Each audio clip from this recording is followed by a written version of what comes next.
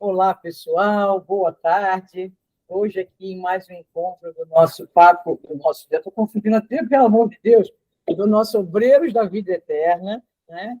No nosso encontro de agosto, os capítulos 9 e 10 do nosso livro. E sejam todos muito, muito, muito bem-vindos. Para a gente começar a se ambientar, vamos ouvir uma prece? Vamos lá.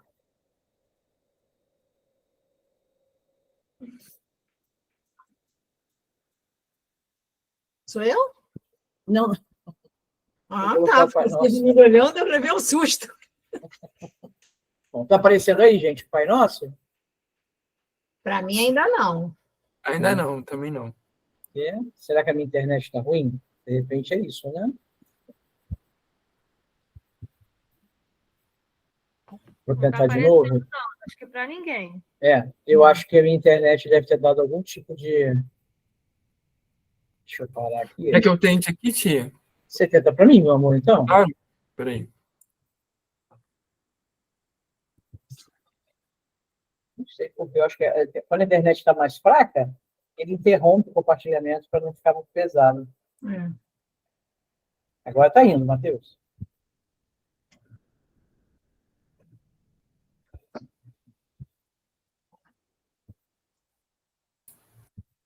Conseguiu apresentar? Eu não, acho que saiu. Você vai colocar aí? O que eu tente de novo? Tá bom. Calma aí que eu tô buscando aqui. Calma, procurando no Google, mãe. Só Pai Nosso Prece? Pai Nosso, Allan Kardec. Bota Pai Nosso. Apareceu agora, não apareceu? Apareceu? Apareceu. Então, foi. Vamos ver se todo mundo... Se alguém não ouvir, vocês me avisem, tá? Ouvindo.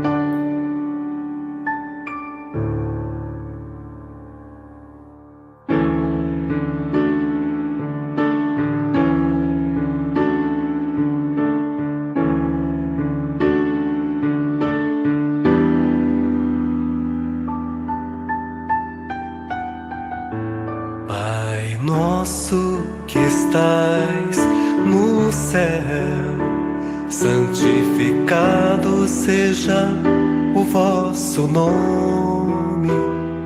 Venha a nós o vosso reino, seja feita a vossa vontade,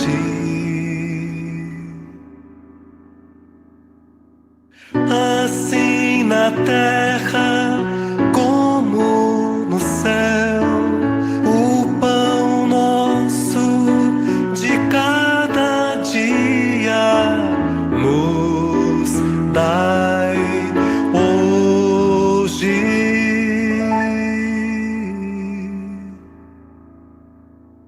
Perdoai as nossas ofensas, como perdoamos quem nos tem ofendido. Não nos deixeis cair em tentações, livrai-nos do mal. Que assim seja. Que assim seja.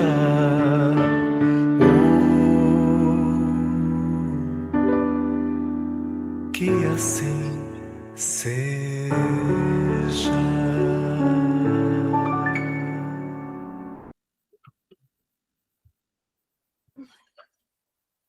Assim, sim. Alexandre, Gilmara, bem-vindos.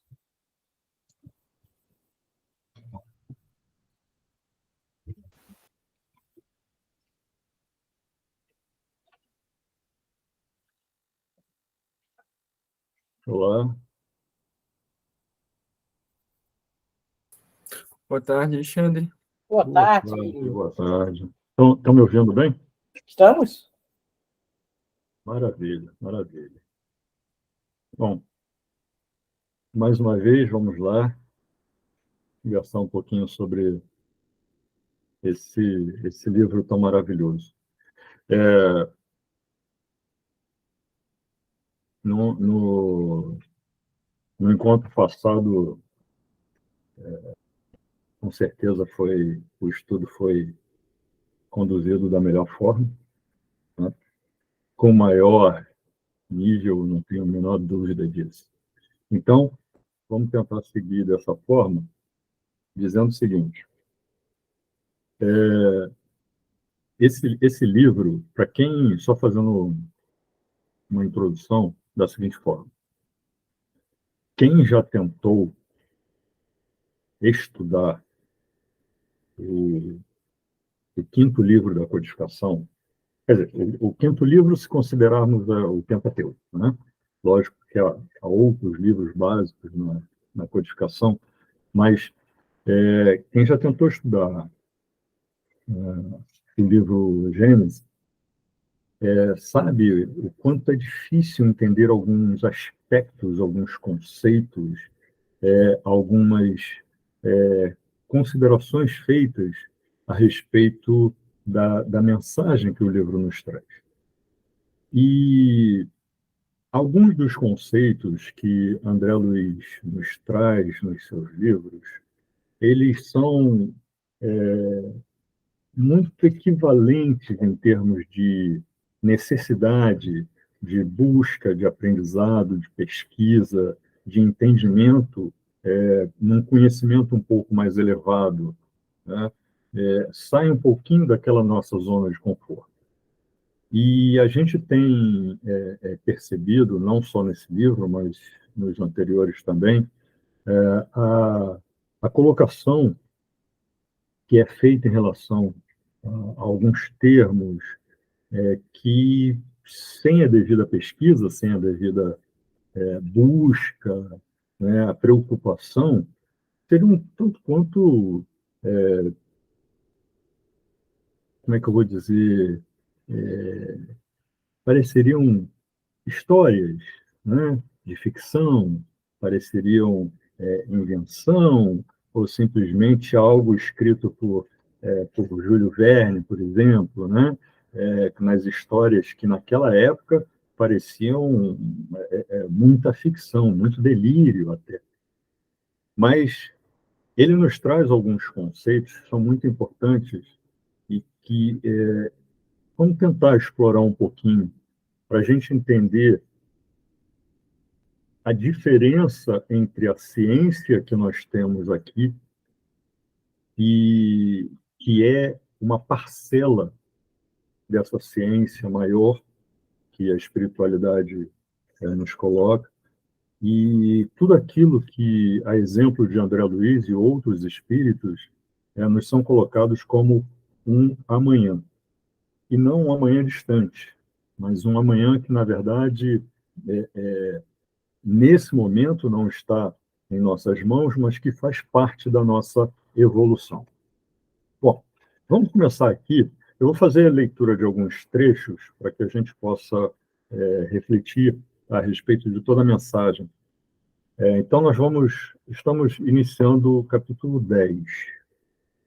E o capítulo 10, ele nos traz um tema, né? O título do capítulo 10 vem como fogo purificador.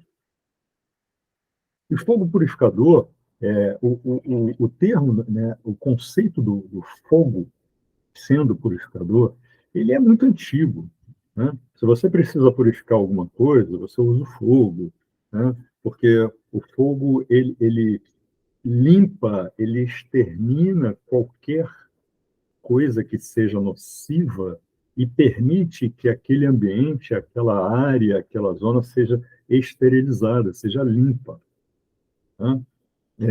Mas o que ele vem dizendo como fogo purificador, e a gente vai, apesar desse termo, apesar do conceito já ter sido explicado em capítulos anteriores, mas vamos entender um pouquinho mais sobre a atuação da espiritualidade com relação ao fogo purificador e tudo que vem ao redor para que isso aconteça. Então, vamos lá. Só para a gente pegar aqui um início. No capítulo 10, eu estou olhando aqui do lado da outra tela, tá? Então, vou ficar lá e cá. Então, tá assim. Na manhã imediata, a administração da casa transitória achava-se de posse do roteiro a seguir. Os cronômetros acusavam 6 horas. São duas colocações aqui, né? A gente sempre fala que é muito importante o respeito com os horários. E eu falo isso muito para mim, declaro minha dificuldade com relação ao tempo, e é um trabalho que a gente tem que fazer cada vez mais, né? O horário de início, de término, quanto planejamento. Então, aqui ele diz, a administração da casa transitória achava-se de posse do roteiro a seguir. Quer dizer, havia toda vez que um trabalho ia ser feito, ia ser executado, havia um planejamento, havia um roteiro, havia todo um detalhamento de tudo aquilo que ia ser feito. Por quê? Porque não era simplesmente executar.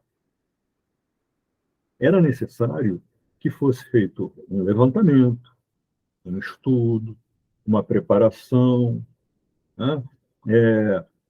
Se você vai fazer, por exemplo, olha, vamos fazer um bolo. Aí alguém fala assim, mas bolo eu não sei fazer. Mas faz um bolo de caixinha, né? Que é mais fácil. Mas olha só, o que você vai fazer? Você vai pegar aquele produto, né, que está ali na caixinha, dentro do saquinho que vem ali dentro, vai misturar com leite, por exemplo. Vou chutar aqui só para a gente ficar mais fácil. Mistura bastante e depois bota no forno. Pronto, acabou. É isso. Então é isso. Pô, simples assim, né? Beleza, vamos fazer? Vamos. Tem a caixinha com um pote para o bolo aí? Não. Opa, tinha que ter sido planejado antes. E o forno? Tem, beleza, vamos lá ligar. Ih, não está ligando. Por quê? O forno está com defeito. Tinha que ter sido sabe, assim, essas coisas precisam ser planejadas, precisam ser vistas, por mais simples que seja. Vai misturar. Massa. Não, tem que misturar no liquidificador. Não, tem que ser nova, porque senão vai ficar menos, vai ficar mais, enfim, tudo isso tem que ser visto, né? Tem que verificar. Eu não sei vocês, mas comigo já aconteceu. Poxa, vou fazer um determinado prato. Eu falo, beleza, tem isso, tem aquilo, tem aquilo. Lá no finalzinho, algo que você não consegue substituir, que aquilo é o principal. Acabou e eu esqueci. Olha o sufoco. E aí? E às vezes você não pode parar, você está sozinho, você não pode parar de mexer, tem que ir comprar. Como é que faz? Então, todo esse planejamento, falar qual é o objetivo, quais são os passos necessários, está tudo planejado? Beleza, agora vamos ver se é possível ser colocado em prática. Então, tem que preparar um ambiente, você tem que preparar o material, você tem que ver quem vai fazer o quê. Mas dá para comprar na hora. Como assim? Porque enquanto vai limpando, separando tudo, alguém, aí tem que ver, outra pessoa, vai ali no mercado comprar. E aí alguém vai testar. Então, enfim, ficou claro, né? Por mais simples que seja a atuação, a atividade, seja lá o que for, é muito importante que a gente planeje. É muito importante. Senão, né? Vai dar errado. Então, vamos lá. E um outro detalhe, né? Os cronômetros acusavam 6 horas. Quer dizer que não é só chamando a atenção, falar assim, agora descansou. Não descansa, né? Vai acordar cedo, vai fazer um monte de coisa, né? Porque o espírito ele não para.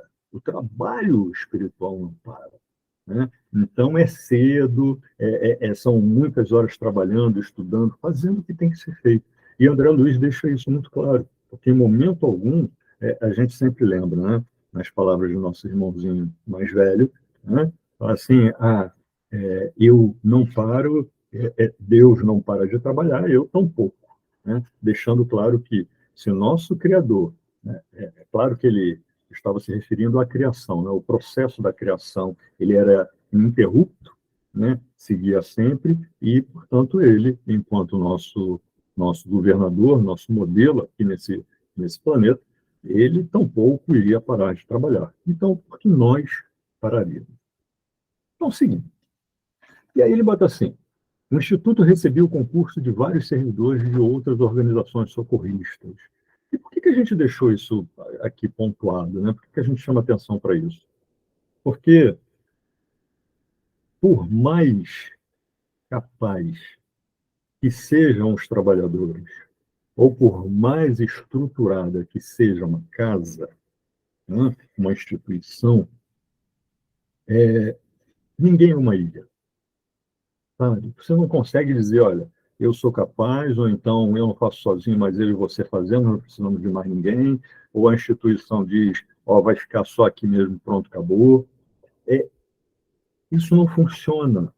Funciona até um determinado ponto, só que a partir daí você não consegue ir. Por quê? Porque você fica isolado. Você não consegue ir além da sua capacidade. E não é porque porque você não é incapaz. Não, é diferente. A instituição ou um indivíduo, ele precisa de outros. Por quê? Porque a sua atuação, o seu raciocínio, o seu esforço, seja lá o que for, está limitado à capacidade do indivíduo ou da instituição naquele momento. E para que... mas pode expandir? Claro que pode. Pode e deve. Mas para que isso aconteça, há necessidade de influência externa. Há necessidade de adição de outras experiências, de outros conhecimentos, de outros pensamentos a respeito do mesmo tema, por exemplo. Né? Mas eu sou especialista, eu faço isso há anos. E aí, de repente, chega alguém e fala assim, nunca fez assim? E aí você fica, caramba, e agora? Então, existe a necessidade desse intercâmbio para que nós possamos nos melhorar, sempre, sempre. Então, eu boto assim, o Instituto recebeu o concurso de vários servidores de outras organizações socorristas, da mesma natureza. Então, isso quer dizer que, da mesma forma, e deixa claro, né? Da mesma forma que esse Instituto recebia ajuda de outros, ele também prestava ajuda a outros. Então, é esse intercâmbio. Agora, irmã Zenóbia, orientando atividades alusivas à mudança próxima,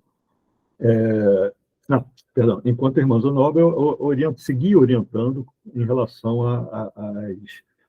fazendo alusão às mudanças, à mudança próxima. E que mudança seria essa? E esse é o motivo desse capítulo, né? Apresentar a transformação de cenário. Né? A mudança só para a gente relembrar, isso já foi colocado em capítulo anterior, a instituição ela é móvel, ela se movimenta. Né?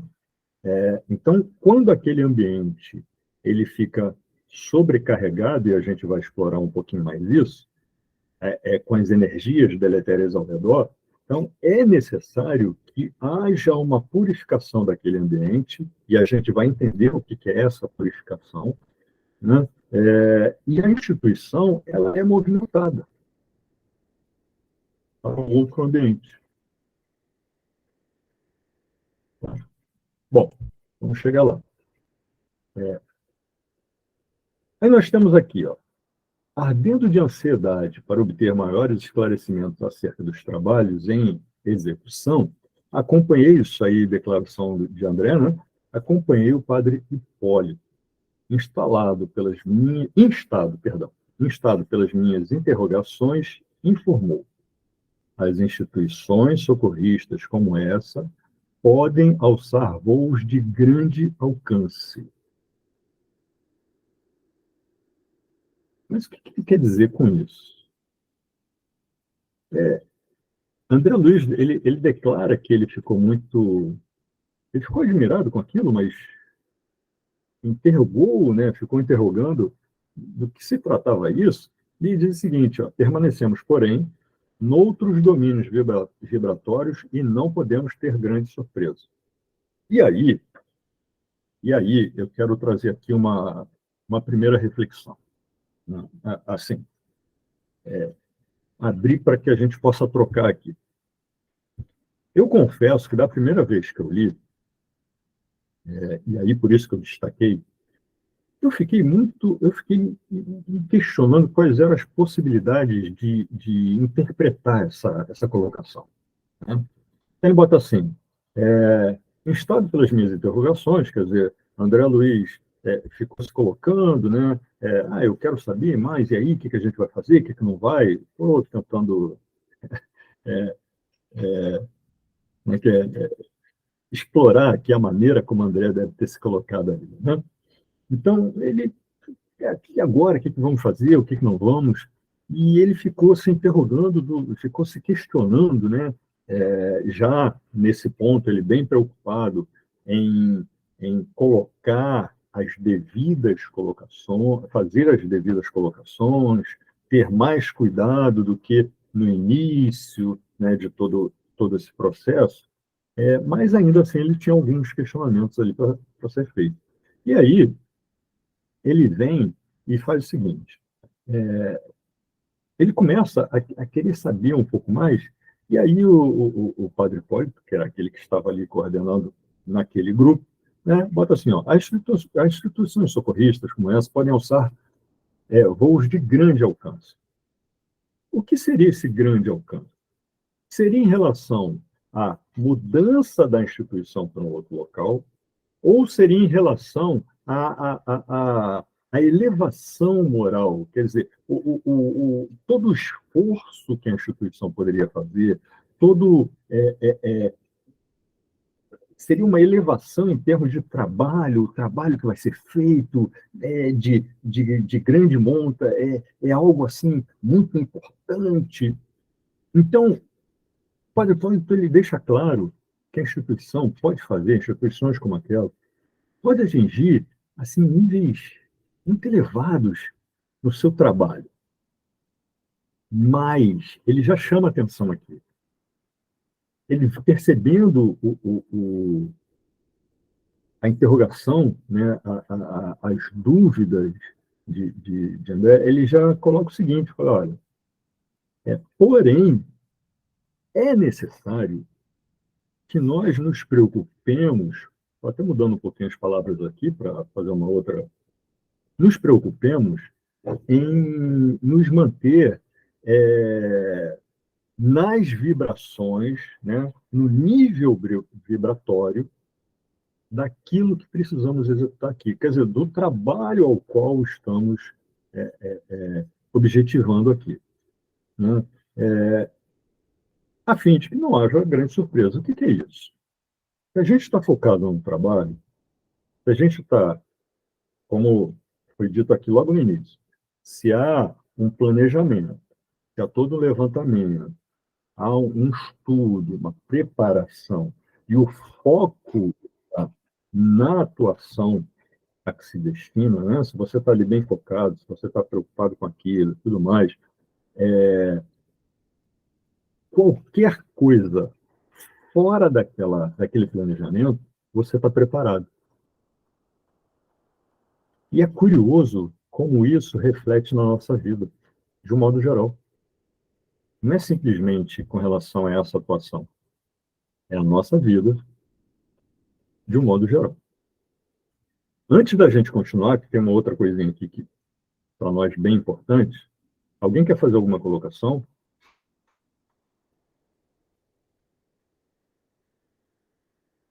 Carla. Boa tarde. Boa tarde. Pode ser até uma colocação meio infantil, mas De forma alguma. eu fiquei um pouco pensativa nesse ponto. O senhor acabou de dizer que, de acordo com a necessidade, poderia ser movimentado, né, essa instituição, né? Vou colocar assim, que eu esqueci o nome agora da instituição. Aí eu fiquei aqui refletindo. Tudo no mundo espiritual é força do pensamento. Mas para movimentar uma instituição inteira, né, com as pessoas, com os espíritos que estão ali em tratamento, aí eu fiquei aqui, talvez, viajando. Isso talvez seria feito com, vamos dizer assim, vou colocar dessa maneira, porque eu não sei como colocar de outra, né, forma. Os administradores dessa instituição é que fazem isso com a força do pensamento, essa movimentação. Eu fiquei, não sei, tentando entender isso. Essa é a minha pergunta. Obrigada. Não, tranquilo. Assim, eu vou te pedir alguns minutos, porque a gente vai falar sobre isso ao longo desse capítulo, tá? Mas, sim, né, em se tratando, a gente saindo, na verdade, não é nem saindo do plano físico, mas no que diz respeito à espiritualidade, tudo que é feito é feito pela força do pensamento, né? É a atuação. Foi lá, tudo bem? Que deu uma. Voltou. Tá. Então, tudo é feito com a força do pensamento, sempre, né? Inclusive aqui, né? No plano físico. Porque, por exemplo, se a gente vai fazer se a gente vai tomar um passe, vai fazer uma cirurgia espiritual, fazer um tratamento de alguma coisa, sempre a recomendação fique em silêncio, fique em prece. Quando a gente começa, eleve seu pensamento, é sempre o pensamento. Então, o pensamento ele é muito importante para toda atuação espiritual, seja no plano físico ou no plano espiritual. E no plano espiritual, tudo é pensamento. A gente vai abordar um pouquinho mais isso, tá, Carlos? Mas sim, existe um esforço em relação ao pensamento de todos aqueles envolvidos, não só dos dirigentes, todos. A gente já vai chegar lá e aí acho que vai ficar um pouquinho mais claro, tá? Então vamos lá. Se alguém quiser falar mais alguma coisa, por favor, só... Vocês já sabem, né? Só... Então tem um outro ponto aqui que a gente marcou, que está assim, ó. As leis da matéria densa, nossas velhas conhecidas da crosta planetária, não são as que presidem aos fenômenos da matéria quintessenciada que nos serve de base às manifestações também transitórias. Vamos lá. O que seria matéria quintessenciada, né?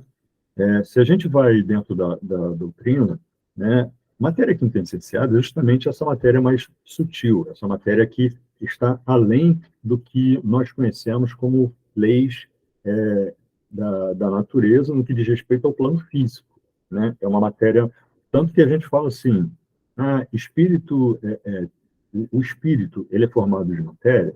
Sim, mas é uma matéria sutil, uma matéria quintessenciada, uma matéria... O que é o quintessenciado?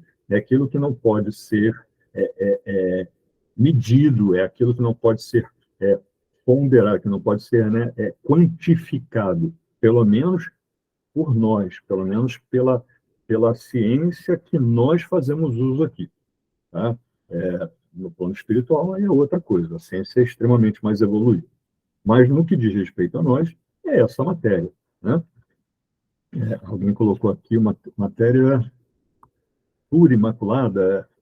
Pode-se dizer assim, no que diz respeito a nós, a gente pode dizer isso com toda certeza, né? Então, ele diz o seguinte, ó, vamos permanecer em outros domínios vibratórios, e não podemos ter grandes surpresas, né? As leis da matéria densa não são as leis que presidem os fenômenos da matéria quintessenciada. Quer dizer, existe uma preocupação muito grande com relação ao pensamento. Muito grande. E aí a gente sempre lembra, quando lê alguma coisa assim, a gente sempre lembra, se eu não me engano, porque é tanta informação, mas se eu não me engano, foi Divaldo que uma vez comentou que ele, em desdobramento, levado para estudo e tudo mais, estava com uma equipe, eles foram visitar alguém e acho que foi ele que comentou a respeito disso. E o orientador, naquele momento, falou o seguinte, ó, ele recomendou o silêncio a todos. Aí ele falou, tá tudo bem, ninguém está falando nada, vamos prestar atenção, né? Só que à medida que ele ia olhando, ele ia se questionando, poxa, mas será que é isso? Será que é aqui, no pensamento? Ele não falava, era só pensamento. E aí o dirigente ali naquele momento, o orientador naquele momento, falava assim, silêncio. Porque não era o silêncio da fala, era o silêncio do pensamento. Que não é que você não possa questionar, não é que você não possa refletir, né? Ponderar, você pode, mas com tranquilidade, com muita calma e sem fugir ao objetivo que precisa ser focado naquele momento. Então, isso é muito importante. E isso já é principal para o que a Carla perguntou, né? Como é que se movimenta uma instituição inteira? Então, existe uma preocupação muito grande com relação ao foco, com relação ao silêncio, no que diz respeito ao equilíbrio do pensamento. Isso é extremamente importante. O Dr. Paulo Frutuoso, ele fala muito sobre a medicina do futuro, né? E a medicina do futuro, ela só vai ser aplicada no nosso plano, como ele expõe, no momento em que nós conseguirmos silenciar nossa mente. Porque senão é como se tivesse um cirurgião operando um coração, né? E aí ele vai ali operar o coração e de repente ele fica pensando no vizinho que discutiu com ele, que não sei o quê, a mão dele vai tremer e ele vai certamente cortar no lugar errado, porque ele vai estar fortalecendo sentimentos e pensamentos que não são muito equilibrados. Então é muito importante que a gente entenda isso.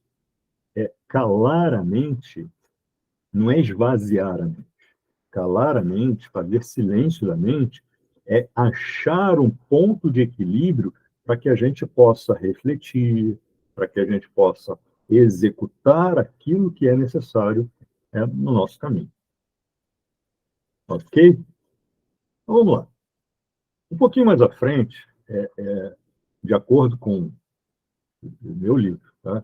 No final dessa primeira página, ele bota assim: pelo nosso olho, quando na Terra, e passamos a seguir, percebemos tão somente as cores que vão do vermelho ao violeta, salientando-se que a maioria das pessoas nada enxerga além das últimas 5, que são azul, verde, amarelo, laranja e vermelho.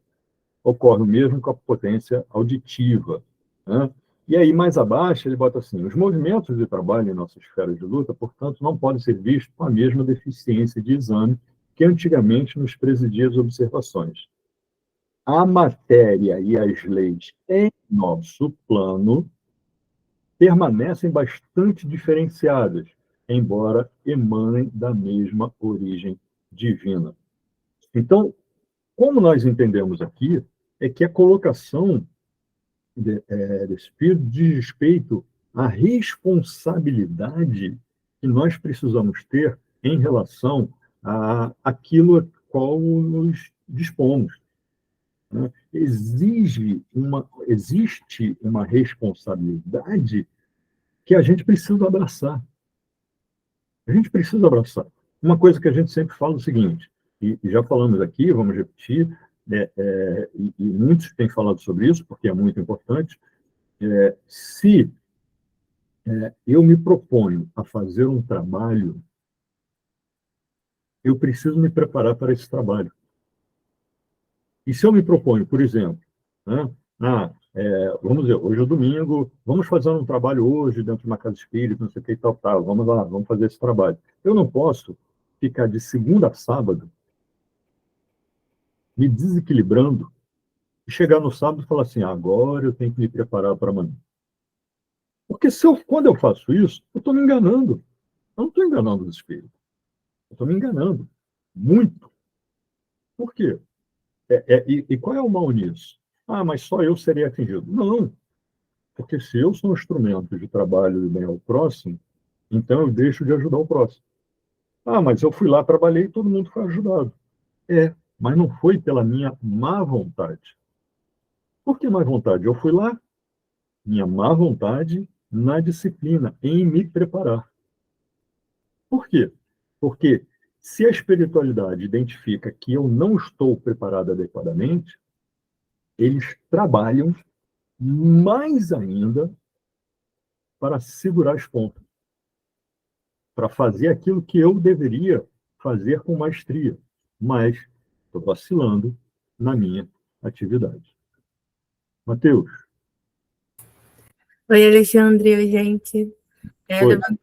levantei a mão quando você falou dessa parte da gente precisar aprender a controlar nossos pensamentos.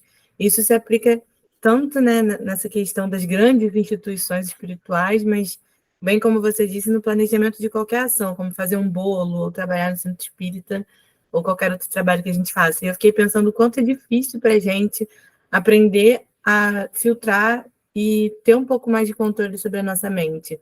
E aí tem um pedaço do livro, um pedaço do texto, né, um pouco em cima dessa parte que você leu, que fala assim: nos círculos carnais, para atendermos aos enigmas, nossos enigmas evolutivos ou redentores, somos fracos prisioneiros do campo sensorial, prisioneiros que se comunicam com a vida infinita pelas estreitas janelas dos 5 sentidos. E eu fiquei pensando o quanto que esses 5 sentidos, apesar deles serem, entre aspas, uma prisão, eles podem ajudar a gente a aterrar nossa mente nos momentos que a gente não consegue fazer isso sozinho. Né? Eu sou uma pessoa ansiosa, então às vezes eu tenho muitos pensamentos ao mesmo tempo quando estou fazendo as coisas.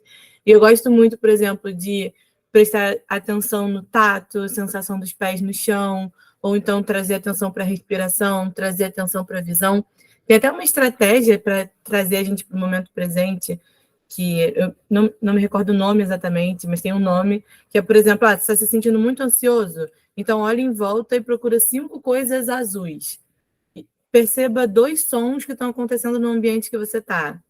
Porque você se comunicando com os seus sentidos, isso ajuda você a aterrar nossa mente. Isso me faz pensar o quanto, se a gente tivesse milhares de sentidos, igual os espíritos mais evoluídos têm, nós provavelmente não saberíamos como lidar com eles.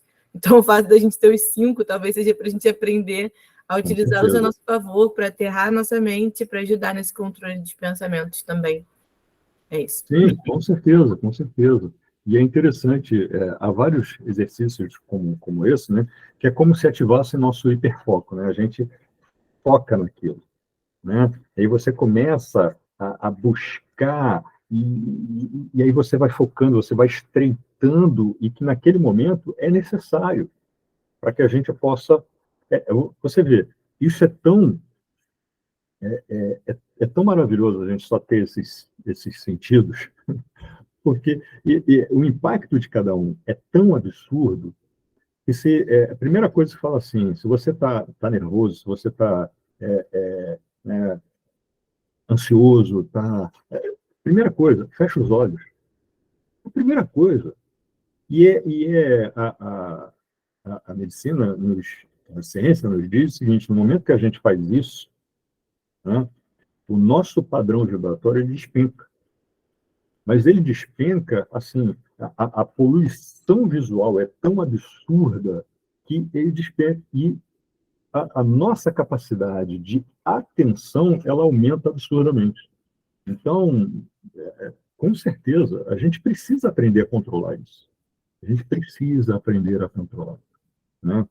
Às vezes a gente vê algumas pessoas que falam assim: pô, fulano é tão frio, não participa disso, não participa. É porque naquele momento ele provavelmente está hiperfocado em algo, ele precisa daquela concentração, né? E a gente tem que entender isso. Mas, perfeito, maravilha. Vamos adiante. Está aqui. O estimado amigo, não obstante reconhecer a leveza da substância etérica, em comparação com os fluidos grosseiros que constituem os corpos terrenos, chamou-me a atenção para o esforço hercúleo dos trabalhadores que articulavam diversos serviços atinentes à próxima modificação. E aí ele chama a atenção o seguinte: olha só, a tarefa exigia decisão e boa vontade, assombrando o ânimo mais forte. A tarefa exigia decisão e boa vontade. Uma das primeiras coisas que a gente sempre fala, né, diz respeito à escolha. Tudo na nossa vida a gente tem que escolher e ter boa vontade com relação àquilo. Então, não adianta você chegar numa casa e falar assim: porque eu vim aqui, porque eu quero ajudar, quero trabalhar. Poxa, que legal, que bacana. Mas por que você quer trabalhar? Por que você quer ajudar? É preciso que a gente se identifique, é preciso que aquela pessoa se identifique com essa escolha. Porque senão, não vai adiantar, ela vai se atrapalhar. Né? Jesus, quando alguém chegava a ele sempre questionava: o que queres de mim? O que queres que eu faça? Né? Por quê? Porque era necessário. Por que essa pergunta? Jesus não sabia? Lógico que sabia. Mas era necessário que o indivíduo dissesse: eu penso, eu escolhi, eu desejo, eu quero. Naquele momento, se voltasse para dentro dele, né? Dizendo: eu me reconheço e escolho isso. Então, quando Jesus entendia aquela essência, entendia como é que se diz? Não é verdade, tem outro termo, mas entendia a verdade por trás daquelas palavras, está curado. Tua fé te curou. Era o que ele dizia. E da onde que vinha isso? Da escolha sincera. Da escolha sincera. Né? Aquele indivíduo ele fazia uma escolha e tinha sinceridade naquela escolha. Era isso que fazia toda a diferença. Então, por isso que ele bota aqui: a tarefa exigia decisão e boa vontade. E continua: a utilização de recursos ali daquela casa de benemerência, insulada em tão escura paisagem, custava inauditos sacrifícios. A densidade da região influía inequivocamente nos serviços, e os colaboradores despendiam atividades de gigantescas proporções. A gente destacou aqui: despendiam atividades de gigantescas proporções, para deixar claro o seguinte: o esforço é muito grande para aquele que escolhe o caminho indicado por nosso mestre. O caminho da caridade, o caminho do trabalho pelo próximo, o trabalho pelo bem, aquele que aceita o ensinamento do nosso mestre. O esforço é muito grande, mas os benefícios são ainda maiores. Né? Mas o principal é que ele bota aqui: a utilização dos recursos custava inauditos sacrifícios. Custava que sacrifícios são eles? Né?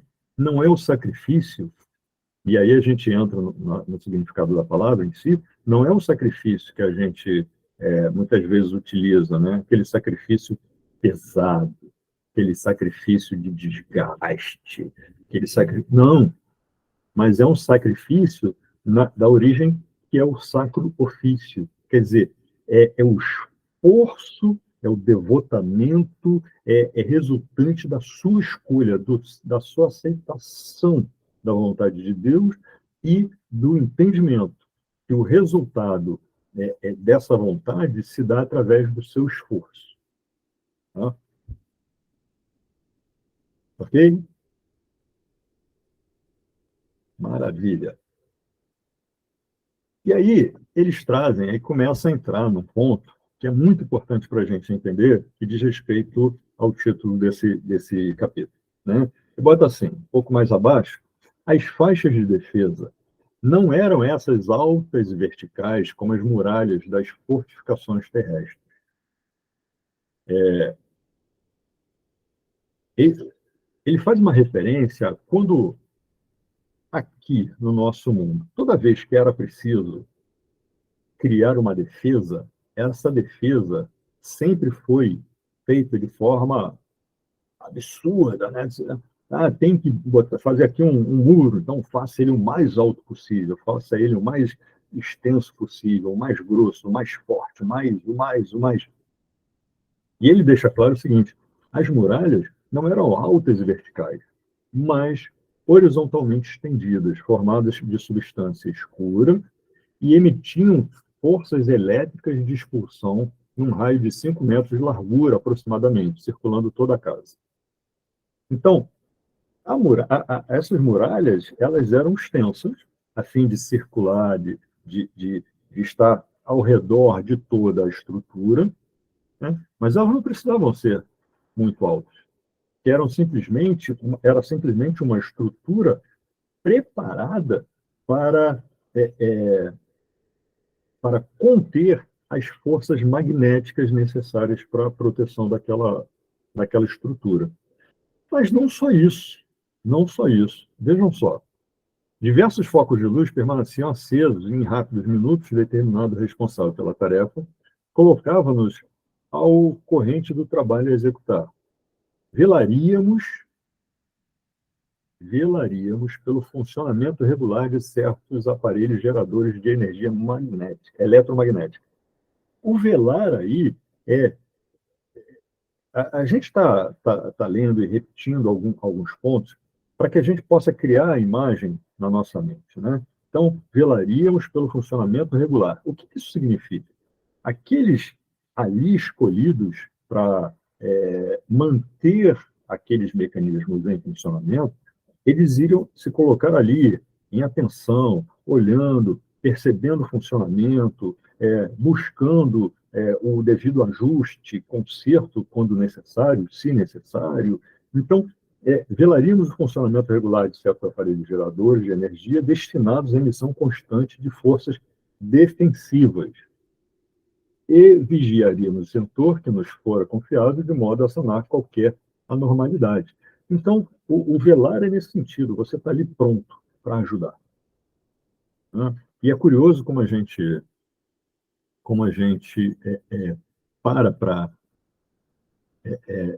a gente se transporta para um ambiente, por exemplo, não só numa casa espírita, mas em qualquer ambiente onde você vai acolher pessoas que precisam, que têm alguma necessidade, né? Porque você tem que estar atento ao que está acontecendo.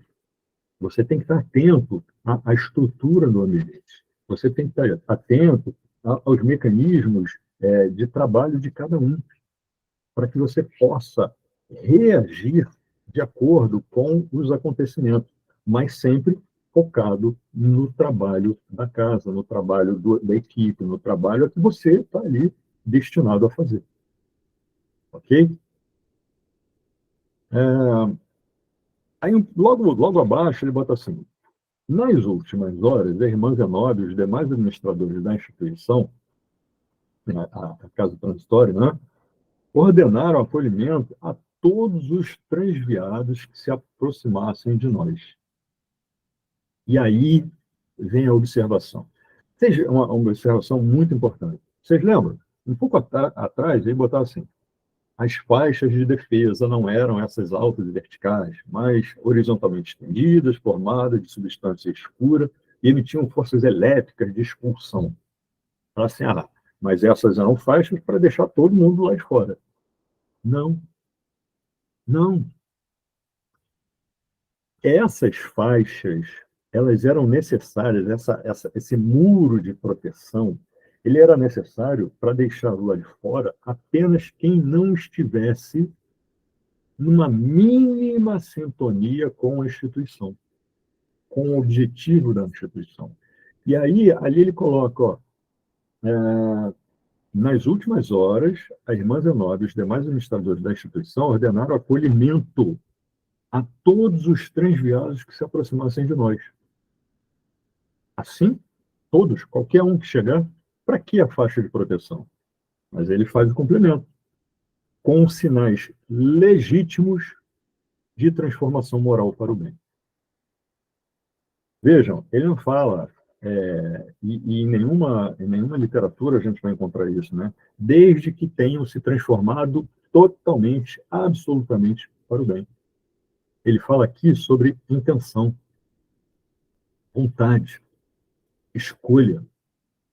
E aí a gente vai numa questão, numa resposta de um questionamento de Kardec, onde os espíritos dizem que para Deus a intenção é tudo, e o próprio Kardec faz uma observação a respeito de todo o seu estudo e levantamento, né, onde ele diz que reconhece o verdadeiro espírita, né, não pela perfeição, mas pelo esforço. Então, quando a gente expande isso, né, o verdadeiro cristão ou o verdadeiro indivíduo ou verdadeiro espírito que busca se melhorar de alguma forma, ainda que ele não entenda. Ele pode até não entender, mas ele tem a intenção, ele busca, ele quer. Ele pode não entender, mas ele quer. Então, assim, ó, ordenar o acolhimento a todos os estrangeiros que se aproximassem de nós com sinais legítimos de transformação moral para o bem. Ah, mas aí como é que... Porque Jesus, ok, né? Jesus olha para você e fala assim, já te conheço de ponta a ponta, sei toda a tua história, conheço até aquilo que você não imagina que seja a seu respeito, eu conheço. E nós? Ou os espíritos ali, como é que eles iam identificar isso? E aí ele já coloca aqui, os sofredores, já modificados para o bem, apresentarão círculos luminosos característicos em torno de si mesmo. Toda vez que a gente... E aí isso é uma coisa, por isso que a gente estava falando da Gênese, por isso que a gente está falando das questões mais elevadas no que diz respeito a conhecimento físico, magnético, as leis do universo de um modo geral. Nós dizemos sempre o seguinte: Deus é o Criador, é onipotente, é onisciente. Deus é amor, é justiça. Nós falamos um monte de coisa a respeito de Deus. E muitas vezes, apesar disso, nós temos dúvidas com relação à identificação, a como as coisas se dão ao longo da vida. Então, o que eles dizem aqui? Né? Falam, aquele que se aproximar e tiver real intenção de demonstrar o mínimo de esforço para se melhorar, segundo as leis de Deus, ele vai apresentar uma identificação. É quase como o cara crachá, sabe? Cara crachá, deixa eu ver se você está pronto, já traz um crachá. É mais ou menos isso. Né? Então, ele já traz uma identificação que permite que ele fale assim, opa, esse aqui pode passar. Aí o outro, tadinho do outro. Não é tadinho do outro e nem é maldade com o outro. É porque aqueles que não apresentam essa identificação, eles não desejam a mudança. E trazer alguém que não deseja a mudança para dentro seria nocivo não só para aqueles que estão dentro, mas seria nocivo para aquele que não quer a mudança. Seria, como é que se diz? Oh, meu Deus, como é que é a palavra? Não fugiu a palavra agora, mas seria uma agressão àquele, sabe? Seria uma agressão. Então, é necessário que a gente respeite. E aí a gente traz esse pensamento para dentro da família, por exemplo, ou para dentro dos círculos de amizade, né? A gente vê alguém que a gente ama que não muda. E a gente fala assim, nossa, vai se dar mal. E aí?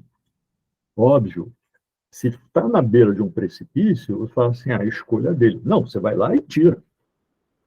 Mas se não está na beira do precipício, sabe? O que você faz? Você fica do lado. Você fala. Às vezes só se cala. Às vezes só deixa entender que, ó, se você caiu, eu estou aqui. Se você não cair, pô, que legal. Não vai falar nada. Só se faz presente, diz, eu não importo com você. Pronto, acabou. Então, é necessário que a gente olhe para o próximo e respeite a condição dele.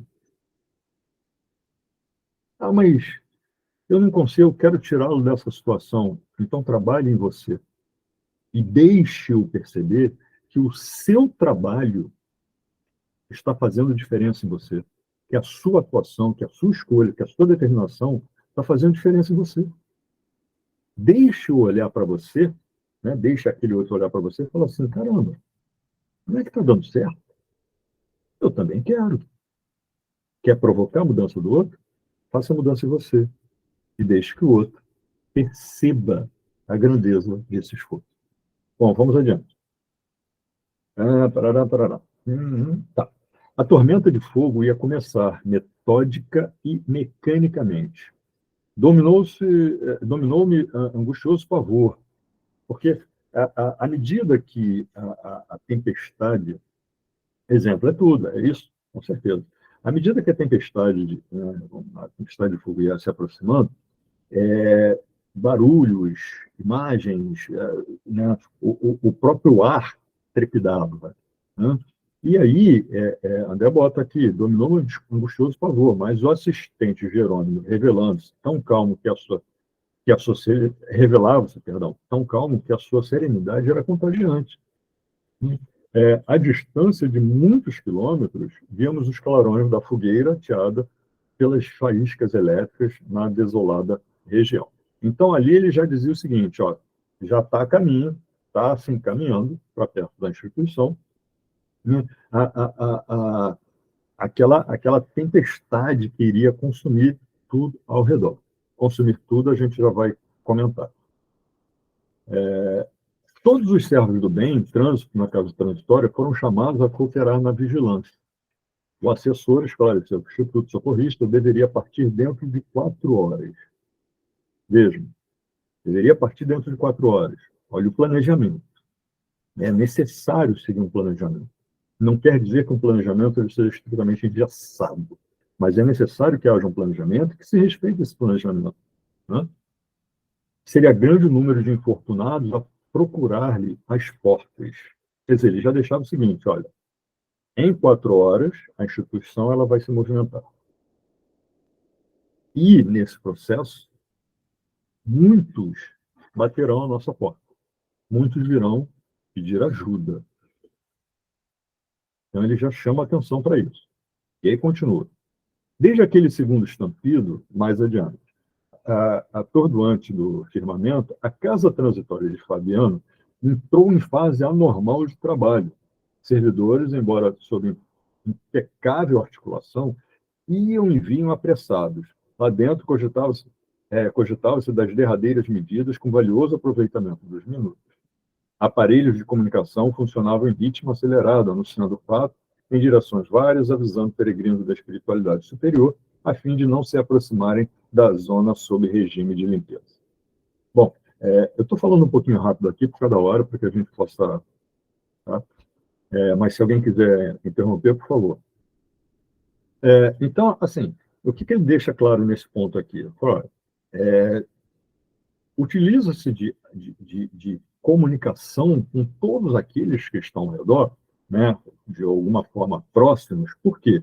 Porque o trabalho que ia ser feito naquele ambiente, fora da instituição, todo aquele cenário no qual a instituição ainda se encontrava, aquele trabalho ali, ele poderia ser nocivo caso alguém se aproximasse daquela área. Por quê? Porque as energias utilizadas ali, elas iriam desestabilizar outras energias. Vamos colocar assim, da seguinte forma. Talvez alguém aqui já tenha tido alguma experiência do tipo, está com um celular, ou está com um relógio digital, ou com alguma coisa, e você coloca em cima de uma caixa de som que tem um ímã muito forte, e aí quando você vai ver, apagou. Por que apagou? Porque o campo magnético ali, ele interfere no aparelho, né? E aí ele apaga as informações.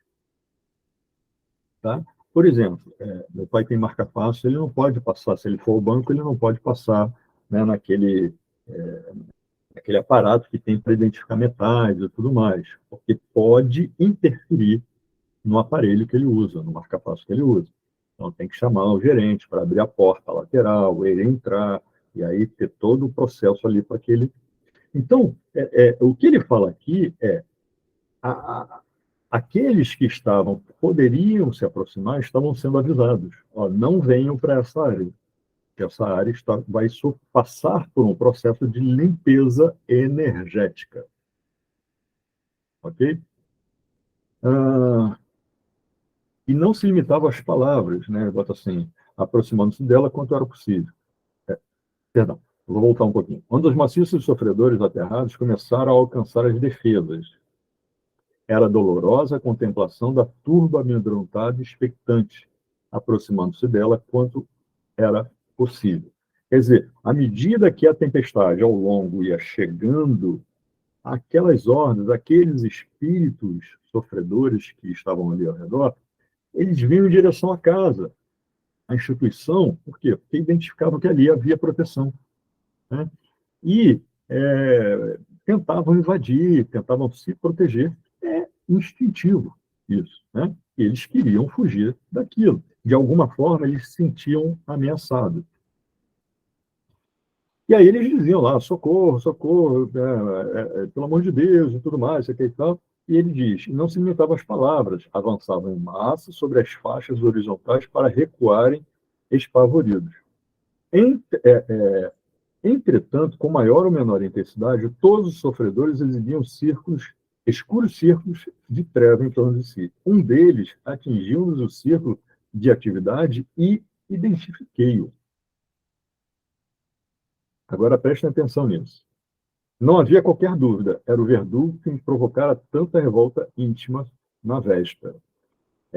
Não na véspera no dia anterior, mas na véspera em relação ao passado. Tá? E aí ele fala, postou-se de joelhos, não muito longe, nem implorou. As jogativas sensibilizariam qualquer cooperador menos avisado, mas, prevenidos quanto à senha luminosa, notávamos que o pedinte se cercava de verdadeiro manto de trevas. Dele se aproximou Luciana, uma das cooperadoras ali na casa, quanto pôde, fixou-o bem, e disse, de forma discreta, mas ainda assim expressou, como é horrível a atividade mental sobre deste pobre irmão. Vence-lhe, no halo vital, deploráveis lembranças e propósitos destruidores. Está amedrontado, mas não convertido.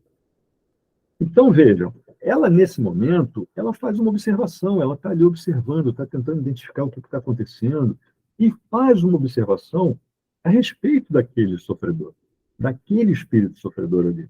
Né? Só que, lembram a necessidade de se manter focado?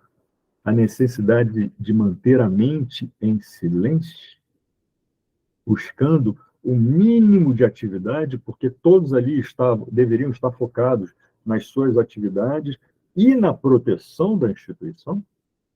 Tanto é que ia dizer, nos conta André, mais alguma coisa, bastou, entretanto, um olhar do assistente que nos dirigia. Foi aquele olhar do, já não disse para calar a boca, né? Mais ou menos assim, já não disse para ficar quieto, silencia. Então, é o silêncio do sentimento desmedido, além do equilíbrio, do pensamento além do equilíbrio, e por aí vai. Né? E aí, mais à frente, aí eu destaquei uma parte aqui um pouco maior, que eu preciso ler. Isso aqui não tem como. Reparava pela expressão de quantos iluminados se aproximavam de nós e se esforçavam para manter o pensamento alheio às objurgatórias dos maus, quer dizer, as ações, as atividades, as colocações e tudo mais, temendo talvez o interesse mental pelo que emitiam, circunstância criadora de novos laços magnéticos favoráveis à dominação dos verdugos. Intentavam, por isso, alimentar o máximo desprendimento dos apodos que lhes eram lançados pela turba malévola e impenitente. Então, ele estava falando dos espíritos superiores, os espíritos mais elevados que estavam chegando para justamente atuar naquela atividade ali, né? E como eles se colocavam frente àquela turba, aqueles que estavam atacando, buscando entrar na instituição. Formavam agrupamentos de formosura singular, sublimes quadros de paraíso, no inferno de atrozes padecimentos. Vinham de mãos entrelaçadas, como a permutar energias, na fim de que se lhes aumentasse a força para a salvação. E é curioso como ele descreve, né? Vinham de mãos entrelaçadas. Vocês veem aquilo que a gente sempre fala a respeito de formar uma corrente do bem, de buscar um no outro o fortalecer da nossa própria energia, do nosso próprio pensamento, do nosso próprio, né, sentimento. Então, a gente busca, né, nessa comunhão, nessa toma, um fortalecimento para que essa união, para que essa vibração, ela se torne mais coesa, se torne mais forte. Enquanto os tipos de semblantes sinistros e dirigíveis e surdos, elas cantavam hosanas ao Cristo, entoando louvores que, de certo, lembravam os júbilos dos primeiros cristãos, perseguidos e flagelados nos circos quando se retiravam sobre os apuros de espectadores perversos. E a gente deixou esse ponto aqui destacado porque é importante que a gente entenda o seguinte. No momento em que tudo ao redor parece desmoronar, todo o ensinamento, todo exemplo de Jesus, aqueles que o seguiram, a espiritualidade, os bons espíritos, todas as observações dizem o seguinte: se está complicado, se retira em prece. O se retirar não é sair da onde você está e ir para outro lugar. O se retirar se retira do mundo ao seu redor. Se retire para dentro de você. E entre em prece. Eleve seu pensamento. E confie. Deixe que o barulho ao redor se faça presente. Faz parte. Faz parte. Mas vire-se para dentro. E eleve seu pensamento. E aí, mais adiante, é curioso, porque ele diz o seguinte: à medida que o esforço ia acentuando, alguns ficavam extenuados, ficavam desgastados, né? caíam pelo excesso de esforço. Mas, lembram do planejamento? Pois é, enfermeiros e macas em grande número estacionavam não longe de nós, promovendo socorros imediatos. Isso só é possível com planejamento, com preparação. Pequenos admiráveis cordões de entidades, transformadas interiormente pelos dolorosos banhos de pranto santificador, chegavam agora de todos os lados. Transformados interiormente pelos dolorosos banhos de pranto santificador. Aí a gente lembra que não é por amor, é pela dor. E a dor não é castigo. A dor, assim como o fogo, é purificador. Porque é aquilo que faz com que a gente não vá adiante. É aquilo que faz com que a gente pare e fale assim: opa, o que está acontecendo? É o que faz com que a gente olhe para a nossa zona de conforto e perceba que aquela zona de conforto não nos satisfaz. Porque, na verdade, aquilo é uma ilusão.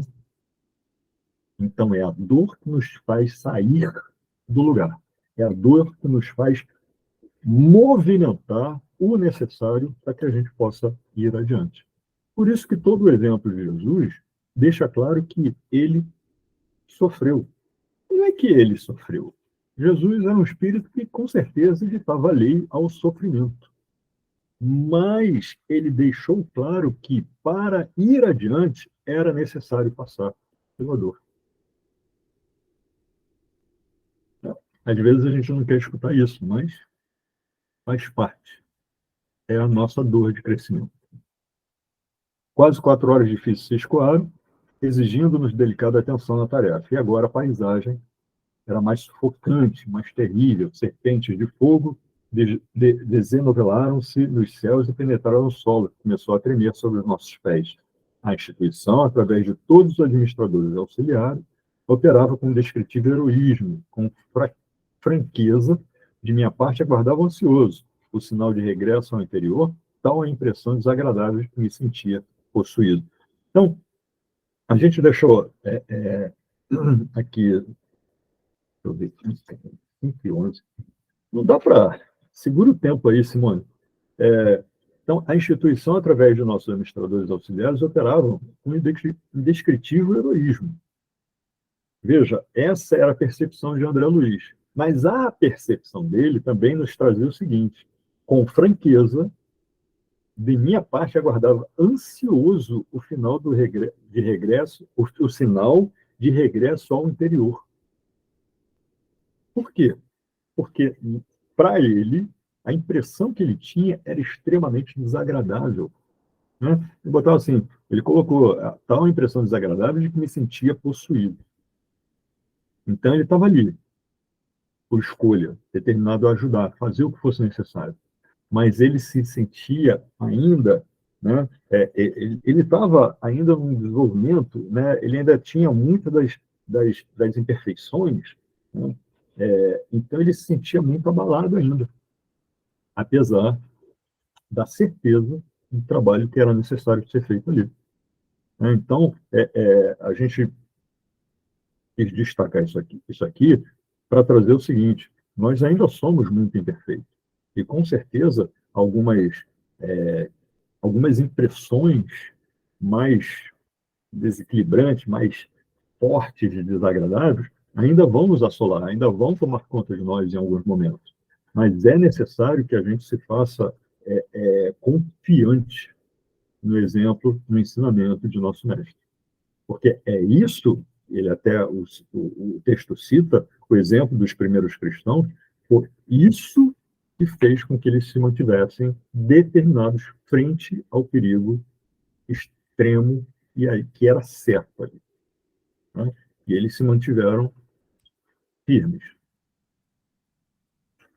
Lá fora, espessos bandos de entidades perversas tentavam ainda romper os obstáculos, invadindo-nos o abrigo prestes a partir. A aflitiva inquietude empolgava-me. O que seria de nós se a multidão assaltasse o reduto? Por outro lado, a queda contínua de faíscas chamejantes, a meu ver, punha em perigo a organização. Por que não desferir voo imediatamente? Então, nesse ponto, nesse momento, André Luiz faz duas colocações aqui. Né? Ele demonstra a preocupação dele com relação à multidão ali fora e também com relação à proximidade daquela tempestade. Puxa, mas por que a gente não sai logo daqui? Né? E aí, olha só, era forçoso considerar que dentro do asilo reinava absoluta ordem. Essa absoluta ordem distou um pouquinho dessa preocupação dele. Né? Então, dentro daquele ambiente, era tudo na perfeita ordem. Porque aqueles que ali estavam, já mais antigos, que eles já mais acostumados, mantinham uma confiança muito superior. Olha a importância da mente aqui em equilíbrio. Cadê? Não obstante o ritmo apressado do trabalho, acomodações simples, mais confortadoras, recebiam sofredores extenuados e serena, como sempre, como se estivesse habituada às perturbações externas, a irmã Zenóbia controlava a situação, ultimando providência. Quer dizer, sempre seguindo de acordo com o planejamento, confiante no resultado do trabalho que ali estava sendo feito. E isso é muito importante. Porque, às vezes, a gente vai tão confiante no nosso trabalho como se fosse mais importante que o todo, que na primeira experiência, na primeira surpresa, a gente vacila e cai. Então é muito importante que a gente faça a nossa parte. Mas ainda mais importante é que a gente confie no trabalho do todo. Porque quando a gente faz isso, ainda que a gente venha vacilar e cair, essa certeza no todo, essa confiança em Deus, nas leis universais, nos bons espíritos, né? Em tudo aquilo que a gente tem estudado cada vez mais, essa certeza faz o seguinte: é como se essa certeza personificasse ali e dissesse: tudo bem, você caiu, não tem problema, agora levanta e vamos adiante. Não se preocupe. Então, a gente fica mais tranquilo, porque temos uma certeza de todo o trabalho que está sendo feito. Nós somos parte disso. Então, vamos lá. Nossa, tem tanta coisa sublinhada aqui que eu... Tá. A orientadora chamou-nos à vasta sala consagrada à oração, que esclareceu que a casa transitória, para movimentar-se com êxito, e aí, Carla, vem justamente a resposta do que você perguntou, né? A orientadora chamou-nos à vasta sala consagrada à oração e esclareceu que a casa transitória, para movimentar-se com êxito, não necessitava apenas de forças elétricas, baseadas em simples fenômenos da matéria diferenciada, mas também das emissões magnético-mentais que atuariam como reforço, um impulso inicial de subida. E essas emissões magnético-mentais não eram só dos dirigentes, mas de todos aqueles chamados a esse trabalho específico. Então, a movimentação de toda aquela estrutura responderia ao pensamento de todos. De todos. A diretora, após convidar-nos a transfundir vibrações mentais num só ato de reconhecimento ao Senhor, quer dizer, é absoluta comunhão, união do pensamento. Nós possamos unir nossos pensamentos, focar no objetivo e atuar confiantes no resultado. É isso. Eiba tomou entre suas mãos lindo volume. Era a Bíblia. A orientadora começou a ler o Salmo 104.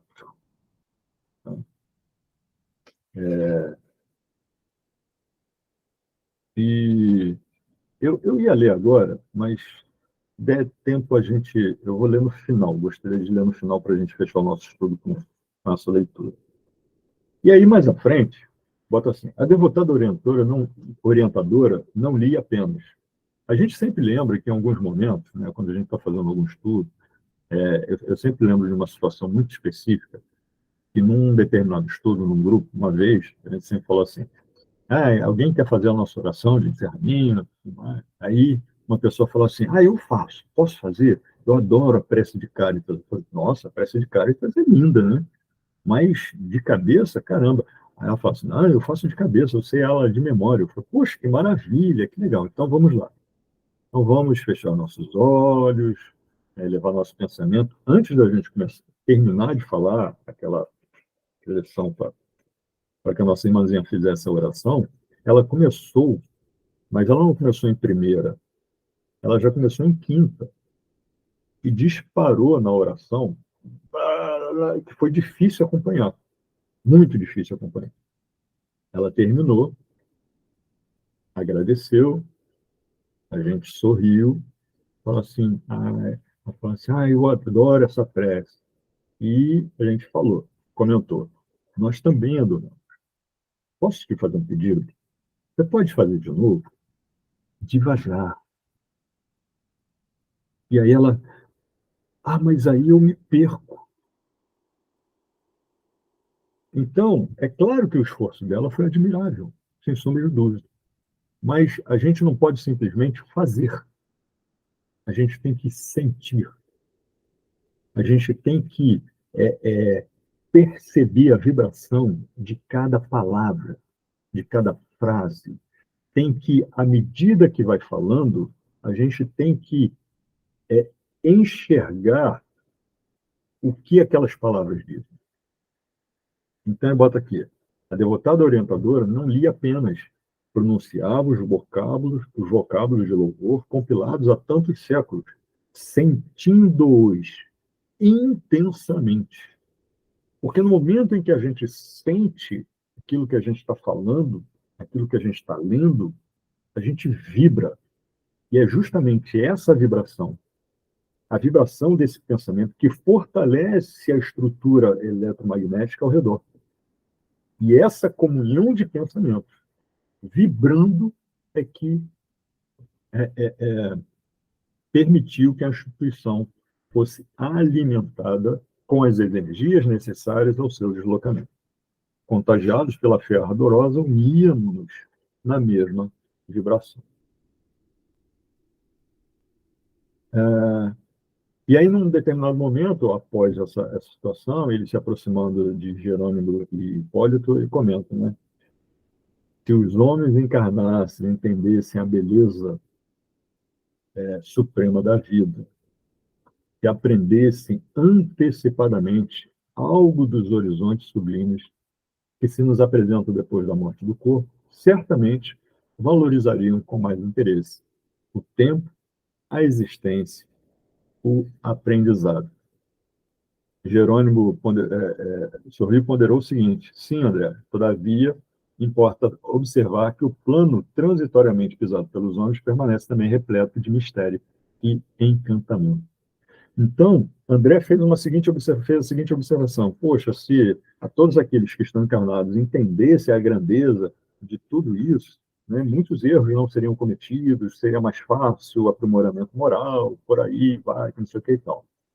Mas Kardec também fez o mesmo questionamento dos espíritos, né? Não seria mais fácil, né, lembrar do que houve, lembrar das leis, lembrar do que é necessário, isso e aquilo, para que se aprimorasse mais rapidamente? Eles respondem, sim, mais fácil seria, mas qual seria o crescimento? Qual seria o ganho com relação a isso?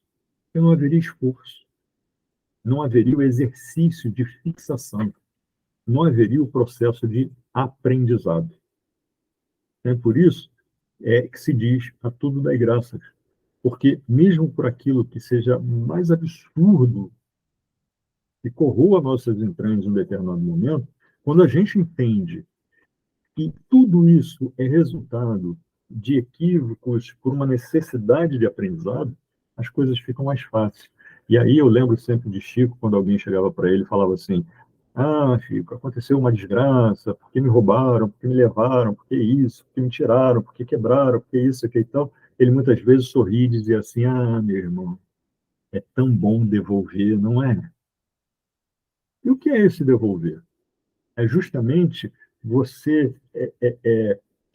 não é devolver algo que você tomou, mas é devolver no sentido de você está tendo a oportunidade de aprender, né, através de algo que está te acontecendo, em função de algo que você provocou lá atrás.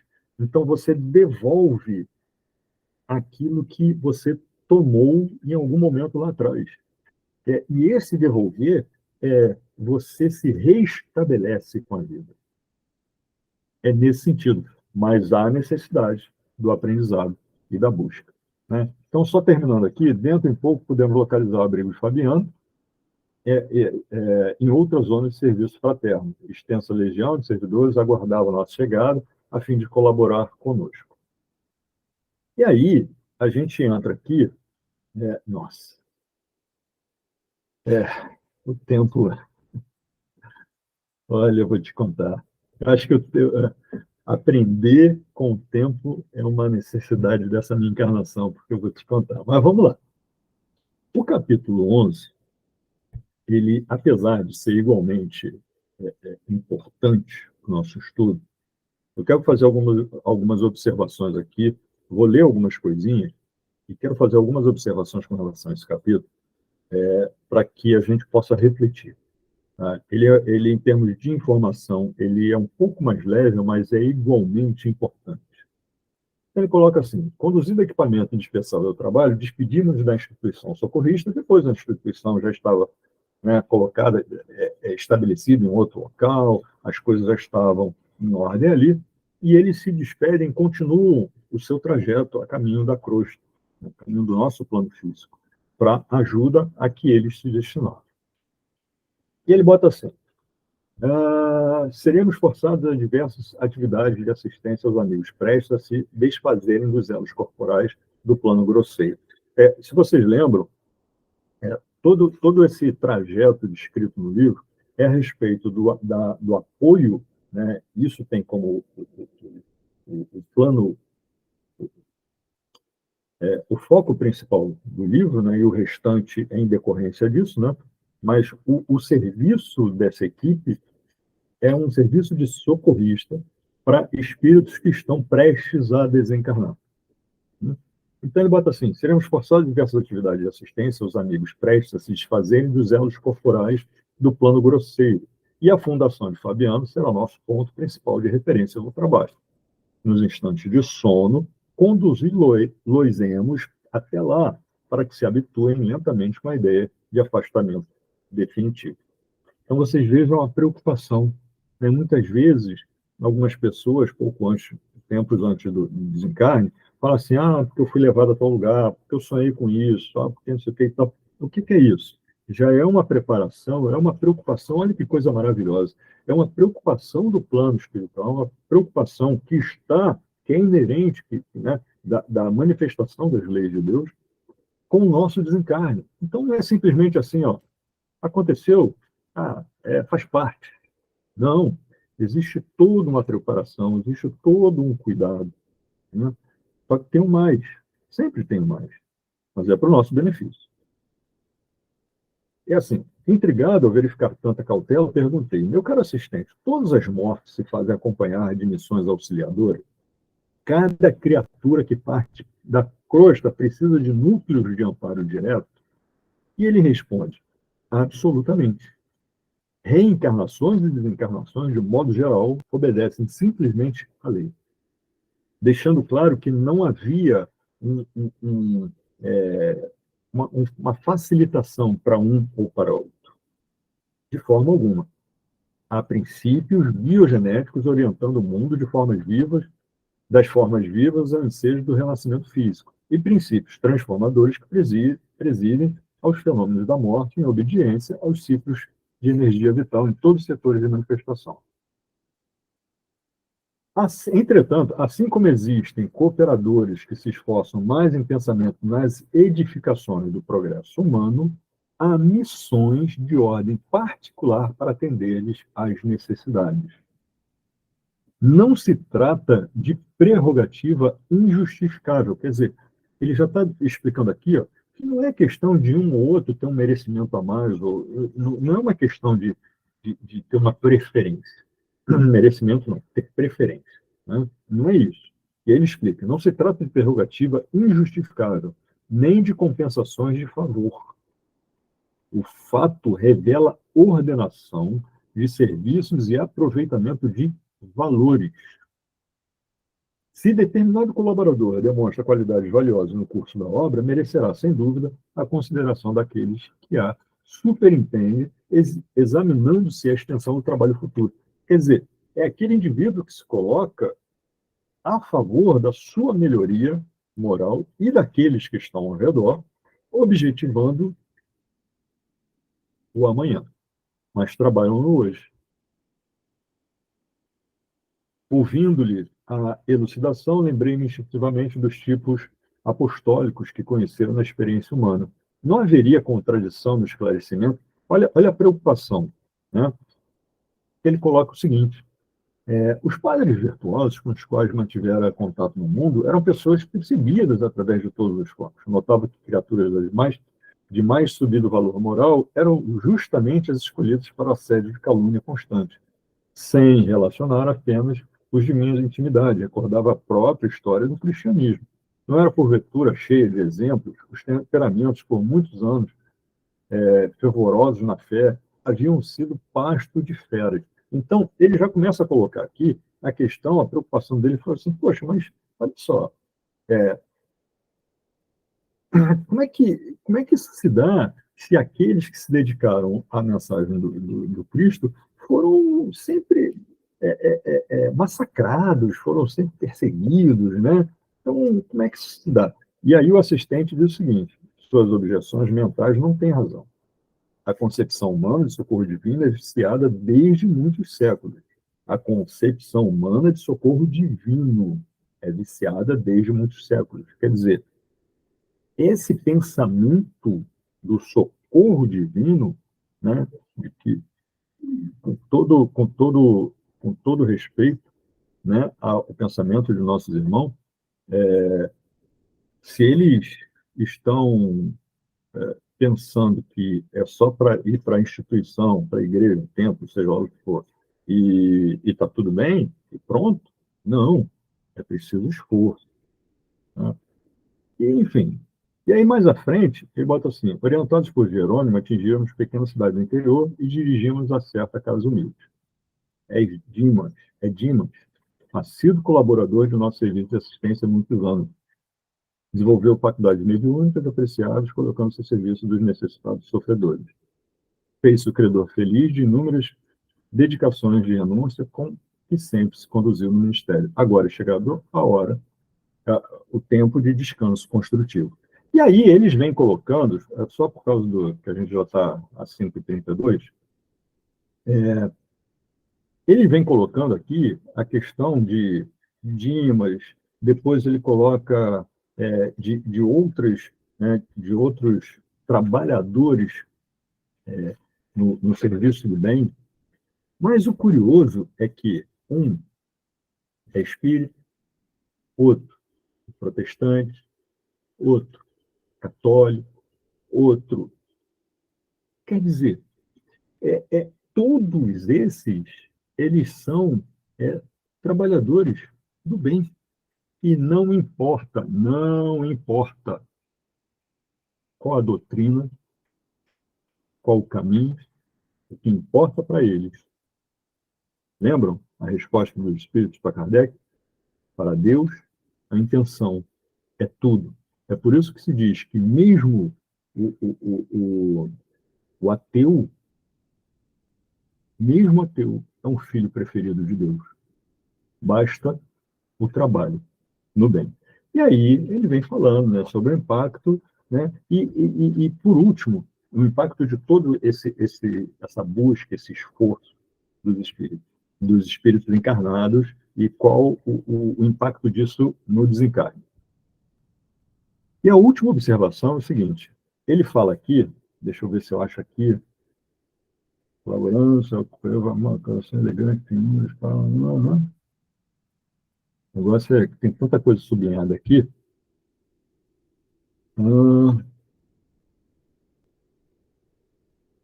Agora sim, na hora do sufoco a gente não acha. Mas ele fala nesse capítulo a respeito da importância do estudo.